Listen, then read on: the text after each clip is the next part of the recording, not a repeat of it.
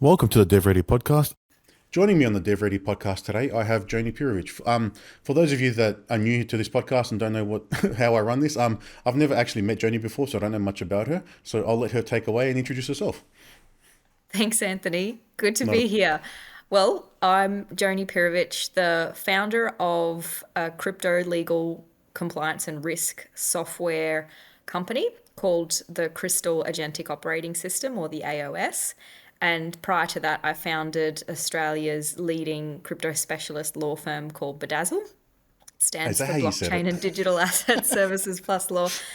Most people like to call it the badass law firm, and I'll take it Yep. because the only rule of Bedazzle is you have to be doing something in crypto, and we are full stack. So whether it's your taxes or regulatory, litigation, labor, from the business side to the individual side, we can help you and connect you with international equivalents to me if you need Okay. it. So going So from the legal services into software and automation and agentic workflows to yep. make the compliance headache easier. Do you still run the law firm now? I do, yeah, but I've had to throttle it to have more time to focus on Crystal, Yep. but it's synergistic in the sense that Bedazzle is a power user of Crystal, Yep. so I can get through more work in less time with reduced risk. So it's That's symbiotic. that's the great benefit that software can bring to any business that you operate. How did you get into the crypto space? We'll A start long there. time ago now. And for anybody that has been in crypto for a couple of years, once you've gone down the rabbit hole, it's very hard to get out. You initially think that it's just a way to make money, but actually, the more that you get involved, you realize that the underlying technology, the blockchain technology, is a new kind of computer system that can touch every vertical in our everyday and our business lives. So the kind of clients that I get to work with are, from gaming to financial services to sports to retail products, loyalty point schemes. There is such a broad range of clientele that I can work with. But the reason I sparked interest in the technology was I saw an article that said you could program with this technology the calculation and collection of tax payments. So you wouldn't need to lodge tax returns anymore. And that sounded pretty good to me. So I wanted to learn more. And here I am 10 years later. Okay. Oh, so it's that long. So it's interesting. Yeah, it can be applied to everything, but we still haven't seen that like major takeoff. It's still sort of like a speculative investment vehicle, I think.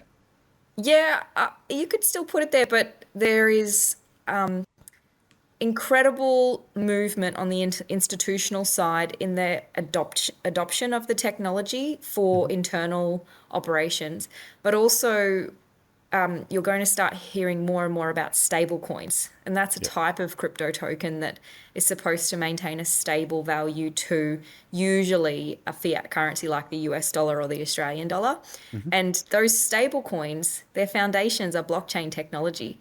So already we're seeing the shifts of major banks and financial institutions move towards issuing their own stable coins, coming up with their own blockchain networks to do so as a way of that programmability and reducing costs, increasing transparency of the transactions going through, which people love. They don't want to pay as many fees as they currently are, and they don't want to wait a couple of days for their money to move where they need it to go. Yeah, that's probably the biggest benefit is how fast and how cheap it is to actually transfer.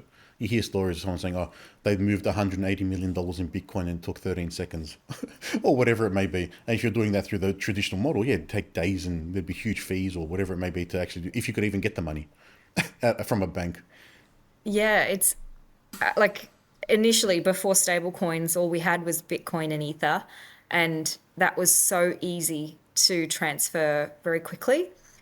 But now that we have stablecoins, it's helpful because a lot of people do not want the volatility that comes with Bitcoin and Ether and the tens of thousands of other volatile Yep. tokens. So it's a helpful store of value, but in a programmable format. And what people love is that they can, what we call custody, or have control of their own balance of crypto tokens in their digital wallet. It's not with a bank or a third party that might change their policy on how you can access your funds or when, or not protect you if money goes through your bank account, like if your identity details are taken from a scammer. But the con to that is that all of the protections and the money that the banks put into protecting us, we obviously as individuals don't have that extent of resources. So Of course. with this, the Spider-Man quote, I think, with great power comes great responsibility. Yep. But Yeah, that's crypto. and it is, there's a lot of up and downs, there's a lot of scams in the space as well. So seeing that nations or that more stable coin usage coming out is probably a big differentiator to what's happened in the past. Because, so as I mentioned just quickly before we started, we were mining Bitcoin in like 2008 or 2009, very early when we started our business. So we've been in the space on and off the whole time. I don't remember doing that then. I've been in and out of the space and trying to keep up with what's happening and where things are going. But most use cases that I've been seeing in the news are either supply chain management, and they're linking like farm to plate, farm to table type models. And it's sort of that recommendation. So then the blockchain allows you to then check with knowing that the data hasn't been manipulated by anyone. This is where the source of whatever that may be came from. And then there's the whole other side of, all right, NFTs are going spastic, so let's put all our money in there, and then now they're worth nothing. Or now it's NFCs, and then, or whatever it changes to. But you haven't seen more of the like real use cases where the DAOs, those distributed organizations, are coming up and everyone's got to say. Yeah. You haven't seen too many outside of the monetary value, I think. Well, actually, I've seen a lot of great use cases of the technology, but because they're quite complicated to understand still, and it's quite a change to the existing way that you would run your own personal affairs and admin, or how you turn up to work and do your work. A lot of the blockchain based innovation that automates company procedures, governance, investment recommendations, security threat recommendations, like that's so good for the advancement of humans, where they don't have to spend as much time doing a security review, because you've got this open network globally that's got the eyes on the code. And, for some of these protocols, already billions of dollars running through them in Oh, yeah. transaction volume. So you've got the sense that you can see where your value is sitting and moving. There's incentives globally for the network to approve your transaction quickly, although, there's other threats. There's always emerging threats as we get emerging technology, but then the opportunity for humans to learn and benefit from it is immense. Like, once crypto innovation really solidifies in the mainstream, it will be a step up for humanity. But one of the reasons why I'm so passionate about working on these compliance tools is because dealing in crypto is a headache at the moment. To try and do that forensics and teach yourself the skills of looking and tracing for things on chain and backtracking, oh, what did that transfer mean to Anthony? Was it for a payment of services, or was it a gift? Like, the blockchain doesn't record that kind of detail, which the bank statements have done so, and so does the typical accounting software. But regulation has chilled and stifled a lot of this amazing innovation for humanity to thrive. But now we're starting to get regulatory clarity, mostly being driven out of the US now. A lot of other countries will follow suit. And once we get those frameworks in place, the rules of the road are clear, and we're going to start seeing more user-friendly marketing of how this particular crypto innovation can fit in your life in a no-nonsense way. Because up to date, all of the resources have pretty much gone into survival and, fighting the regulator or getting a Yeah. legal opinion that you can still operate. But with some of that budget being freed up and able to be done on user stories and marketing and better UX, I'm just so excited at the promise of how this innovation is going to spread through mainstream. Because if you look at like the last cycle, so before AI, it was all crypto. That's where all the tech focus was, all people jumping onto like those hype cycles. But Yeah. it never really broke into the mainstream. And that sort of happened like two times that I can see with maybe three times with the like Bitcoin blockchain. When it hit around 20 grand, so that was about 2017, 2018, I think was massive bubble in that.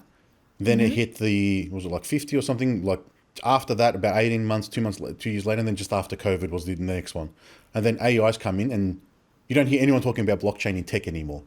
So No. pushing it that, and like you said, I think the regulation did probably slow it down because no one really knew what was possible. You got a lot of people, the crypto bros or whatever they're calling, that are pushing scams or people building these exchanges and making ridiculous amounts of money. But Yep. very few people and not much noise being made about the actual real world implications or use of it outside of if you go to the conspiracy side and go, oh, it's all against the dollar and this lets us break free of whatever they're doing and the what, yeah, all that stuff. Well, that's why you can tell a person who hasn't invested much time in understanding the technology because, yes, crypto can be used for financial speculation and fraud and all of these terrible things. But actually, the undercurrents with governments and with major institutions, like we said at the outset, is that they're investing in this technology on a large scale, a global scale, to be the new rails for payments. Yep. And so the use of the technology is, you shouldn't have to know that you're using blockchain technology. You can if you dig under the hood and you can find out, but it's never been the the thing to make a project famous like AI still is. Yep. So people will add, an AI powered this or an AI powered that to get more eyeballs or potentially get more users, or maybe it's a defensive or a strategic, like genuine strategy. But blockchain, it's not, because it's not easy to build blockchain based. And now increasingly you need the financial services licenses to go along and deliver services that are on chain unless they're fully decentralized. And that goes into the DAO, decentralized autonomous organization models of governance. Yeah, it's not easy. Whereas anybody can sort of say that they're doing AI with the Yep. ChatGPT wrapper or use of the Yeah, AI, anyone like, can throw ChatGPT into the app. yeah, So yeah. on that side, because you're working in the compliance side, you're seeing it from a different perspective. So you're seeing actual organizations probably trying to understand what do they need to do, how do they comply with the laws, not just people saying, what's the next coin that's going to take off? Yeah, so a couple of examples there, in Australia from almost 2 years ago now, we had the first crypto exchange traded funds. So for brokers that can only deal in listed financial instruments, that meant that in every mum and dad's portfolio managed by a broker or even super funds and the larger pension funds, that they can now have exposure to underlying crypto tokens through these more traditional ETF interests. So that's where they're sort of seeping into mainstream. Okay. But again, once you understand the how easy it is to acquire crypto tokens on an exchange and then transfer it to your self custody digital wallet, you would compare the fees that you're paying in an ETF, which might be nominal anyway, but you're not paying any fees to Yep. host it in your own wallet, but you've got the security risk to manage for yourself. So, but the other exciting thing is DeFi, the decentralized finance protocol. So again, once I've transferred the crypto into my wallet and I connect with investment protocols, aggregation protocols, best routing, to get the best price, I can have on-chain asset management done for me without paying the asset manager fees or broker fees or financial advisor fees, which add up to significant amount for a large portion of the population that they can't afford financial advice. And with the Yep. few thousands of dollars that they may be able to stack away each year, they can directly put it into these investment management or these DeFi protocols with no fees. other than on-chain gas, which is Yeah. like your ticket to play, your toll to play on the road. Yeah. For those of you that don't know, yeah, that's sort of like the reward that the people get who maintain the blockchains. That's That's right. Yeah, where the they earn it gas from. is something that the users pay to use the chain, but the gas fees get collected and then sent to the winning miner or validator, that's essentially the computer that's checking all of the transactions that they're being done in accordance with the protocol. Yeah. So are you seeing a lot of interest in that space in the local market? Were people getting interested in saying, all right, let's move into that DeFi space or the ETFs and bring these products out? Or is it more internal products to add more transparency to the way they operate? Yeah, so I'd say that we've got the whole spectrum. And on the conservative end of the spectrum is the large, small, medium, and large corporates that want their corporate treasuries with some exposure to Bitcoin. So instead of having Aussie dollars, maybe some US dollars and some term deposits, maybe some equities and debt exposure, that they're also wanting to have a part of their treasury allocated to crypto tokens. And and so corporate treasuries are on the rise for Hmm. corporate crypto treasuries, and that's centralized. That's what we'd call highly rooted in humans controlling the crypto tokens. But on the other end of the spectrum, you've got these DeFi or these decentralization first builders that they build primitives. So Lego blocks that if I have this piece of code that gets me, it recommends the best place to earn yield. And then there's this piece of code that can aggregate whenever there's a buy order recommended, I buy on this particular exchange. So all of those primitives, those Lego blocks, it's been very difficult to build that and launch that sort of technology from Australia Hmm. and from the US because it's there's an argument that that's carrying on a financial services business and you need a license. So Okay. a lot of those Australian developers have moved offshore where Hmm. there is crypto friendly regulatory regimes or license light regimes that are more fit for purpose for blockchain based innovations. And they've been very successful, moving away from Australia.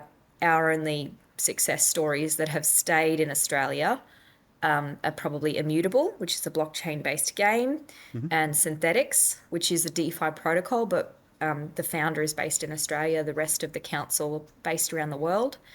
And we've got sort of a couple of unlisted crypto funds which got into the Bitcoin and the ETH and some other tokens early. So their returns are in the multiples higher than traditional funds that have an equities Yeah. and a debt sort of spread. Okay. So in, I think it was 2018, we were looking at building a blockchain based product when the ICO craze was going on. So that was before the NFTs. We had a product that we thought, all right, it would be, so it was, the product just background was, it was called Queue It. You would queue up for anything of interest, come back in every day, do a check in and answer a marketing question. Whoever had the best score, which was, if you say you're going to come back at 11 o'clock, you'd check in at 11. How far you were early or after would count to your score. And then that would be a way to distribute tickets to concerts for the people that are the most committed and wanted to do it to avoid scalpers. Right? Perfect target for like ICOs at that point, which was how fast can you get in to get those tokens? And we were going to Yeah. build it all and we were ready to launch and then the whole thing crashed. But that was like a product level where it actually made sense to apply and it wasn't based on like the financial instrument side of the blockchain product wasn't the driver for it. So I haven't seen Yeah. yet too many actual real world use cases outside of what you're mentioning. Well, and that's the problem because anything that's a real world use case usually has a financial component to Yeah, it. okay. That it might be a derivative or an option to buy something of value at a later point in time. And so that's all of that kind of stuff hasn't been able to launch because the regulators around the world haven't been willing to give out the Yes. licenses. So now that we are getting that certainty and we are getting licenses, that's why you're going to start to see some genuine real world use cases really start to change your life. Okay, so it's really it's the It's wave is coming. coming. Yeah. It's been a long time coming, but it's coming. Because I still remember like it was the first batch of like mandarins was sent on the blockchain was like one of the articles I remember reading, and there was some supply chain platform saying, "Yep, it just gives you more visibility." And the reason for anyone listening, like what blockchain gives you is visibility into the data or at a certain point in time, because it's all available to anyone to look at any point in time. It's not a closed proprietary database. Yeah, and I mean, there's privacy protocols that are coming in now to bring back some of the privacy protections. So, you don't necessarily want the world knowing what your salary is each month. So, Yep.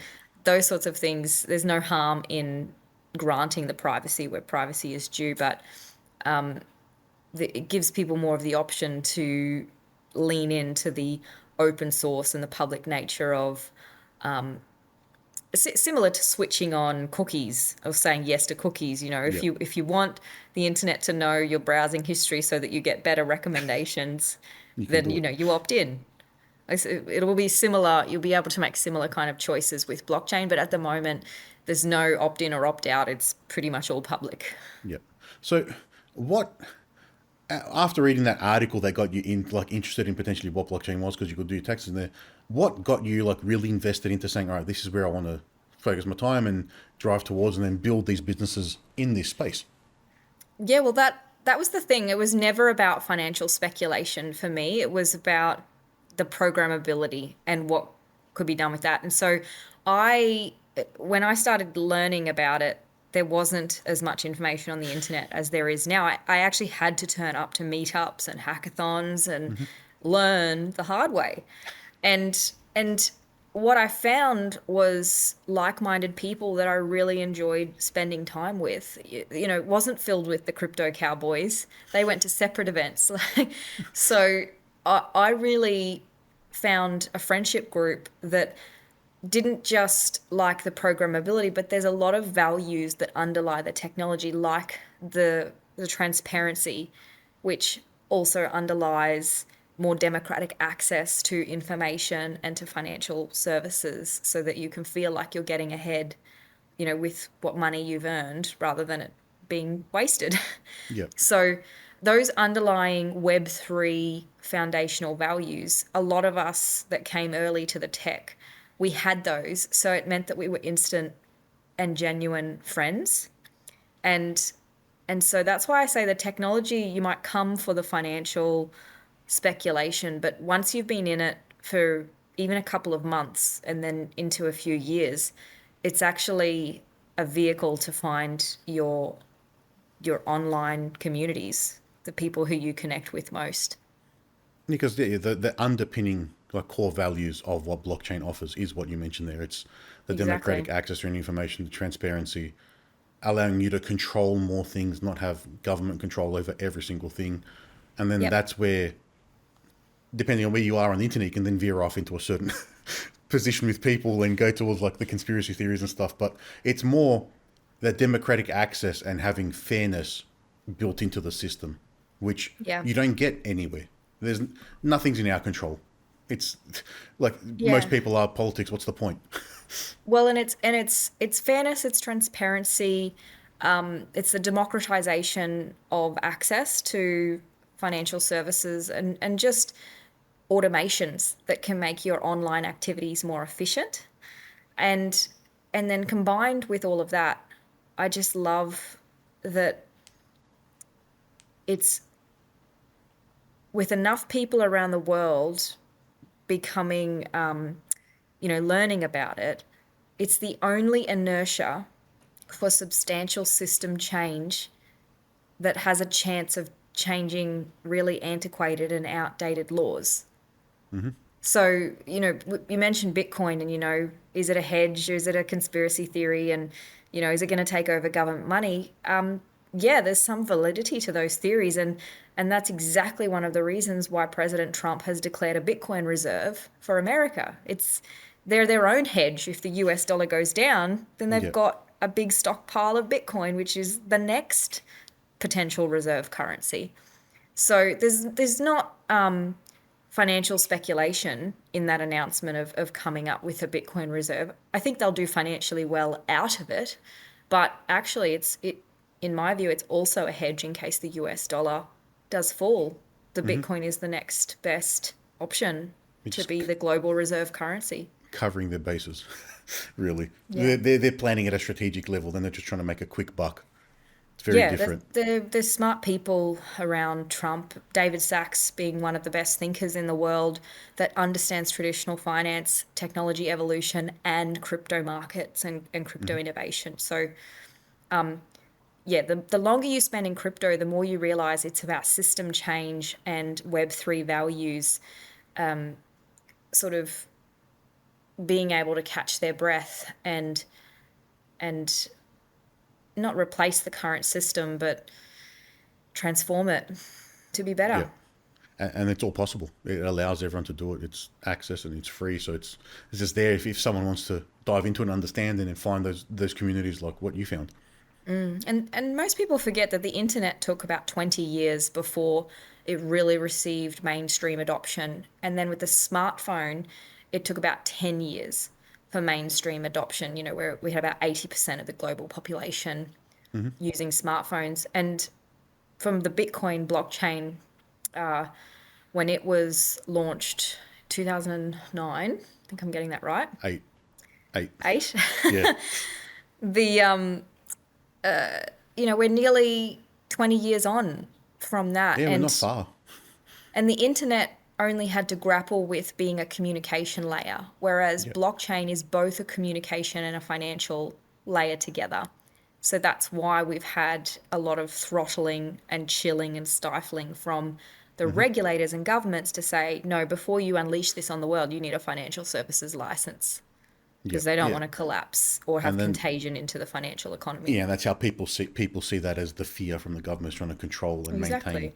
that Yeah. control over everyone. On a bit of a lighter note, there, what sort of in the clients that you're working with in the last few years, is there any sort of like exciting projects that you've seen that would be interesting for people to go and look up, or that you see that are coming out now that things are loosening up a bit? Yeah, well, there's a couple of now public ones that I can talk to. So, Catena Digital is one of my clients that they've announced they've got their Australian financial services license from ASIC Oh, to cool. mint and sell and redeem stablecoins. So, that's Aussie dollar stablecoins. Hmm. And you'll start to see their AUDM tokens pop up in more and more outlets that you're familiar with. And another one is Tori from Equal Labs, who's actually an Olympian. This is a sports-based platform where it we can only really engage with sport through betting online. Like Yeah. there's no way to really engage as a fan and follow your favorite sports people other than through gambling. And she's building the Equal platform, Equal X platform, where you can follow your sports, your favorite sports athletes, and get involved in where they are, what they're doing, contribute, and as they get, increased profiles, sponsorships, and so forth, there might be an opportunity to share in the financial benefits of Oh, well, how okay. you've supported that sports person to be successful. That's different. So that's another one. Yeah, there's a ton. There's a gaming platform called Fungi's coming. It's really funky and cool. Like the artwork is incredible. It's for creating unique avatars in all of the games that you use, but it's actually an NFT that you own. And Oh, okay. whenever you customize it with your skins and your So you can accessories, try and like bring you the keep skin all of across that. to all different games. Yeah, Yeah, yep, okay. Rather than dumping money in one game and then having to start again in another one, and yeah, help those companies make their money. exactly. Yeah, and then there's the really hardcore DeFi protocols, which mostly I help those founders structure overseas, and they do Hmm. have to move overseas to launch them because Australia's just not there yet. And Okay. that's really interesting stuff, like what I was saying, those on-chain asset management portfolios where you can say, Yep. I want 20% ETH staking, 30% Bitcoin, and the remainder rolled into maximum yield-bearing opportunities. Like Okay. you can construct your portfolios, and all of that can happen automatically rather than you paying a fund manager Yep. to do it with the human lag and cost that comes with that. Do you see a lot in that sort of like investment vehicle space? So I remember there was one like bricks where it'd be like you could buy a house with 3,000 owners. You own a brick at a time, and things like that concept. Yeah, that's the tokenization wave where there's the tokenization of a house, Yep. into a Or thousand any asset. brick Yeah. tokens. And instead of you having to pony up $200,000 to buy an apartment, actually you can have exposure to St Kilda in Melbourne with your crypto token bricks or your fractions of a token. Yep. So there's a lot of that coming. Dubai actually has a regulatory regime for that, so more of it Oh is wow. happening over there. The stamp duty and the land tax and CGT, that holds us back, as well as the land title, the state-based land titles regime in Australia. We've got a Okay. lot of friction before we can really unleash the tokenization of real-world property. Yep. Okay. With those countries where everything's a bit more open, is it like Dubai? I think it was Malta. It used to be one. I don't know if they still are. Malta is crypto friendly, Yep. yes. Are there any sort of other countries that people may want to just look at what they're doing there, or if they want to get any more information? Well, the sort of hot property, if you could call it that, Yep. where a lot of the companies are based out of, is the Cayman Islands, Yep. the BVI, Panama, to a certain extent, Isle of Man, Gibraltar, Malta, as you've already mentioned. But for those that want to really embrace licensing, there are a couple of key nations or member states in the EU that you can get a markets in crypto asset license and then passport and distribute your product across the EU. Okay. So the more forward-leaning or sort of crypto-friendly states are Italy, France, Germany, Portugal, and of course there's Switzerland, but it's not in the EU, but they've always been crypto-friendly from, since 20 years ago when it all started. They've set up the first crypto foundations. Oh wow, I didn't know that. Okay, cool. More expensive, high cost of living in Switzerland than Of course. some of the others, but So, just before we wrap up, what are you sort of looking forward to with what you're doing in the Crystal operating system, and I can't remember your the Crystal badass, AOS. yeah, Crystal AOS and your badass law firm. What are you sort of looking forward towards, or what's on the horizon for you? I just want, my dream is that everybody is using the Crystal AOS. It's like when you open your phone in the morning and you might check your emails or you might check your social media, like the next thing that you'll check is Crystal, because she'll give you the update on like all of your crypto activities, and she'll give you the recommendations on what might result in a financial return, but also which are the communities that you should connect with that align with your values. Okay. So my thesis is that every business will become a crypto business and every online activity will become a crypto activity. And so if every online activity then has a value because it's transferable as a crypto token, that has tax consequences and compliance headache. So for people to truly enjoy the innovation and the benefits of what's possible, we need to abstract away the compliance, but it still needs to get done.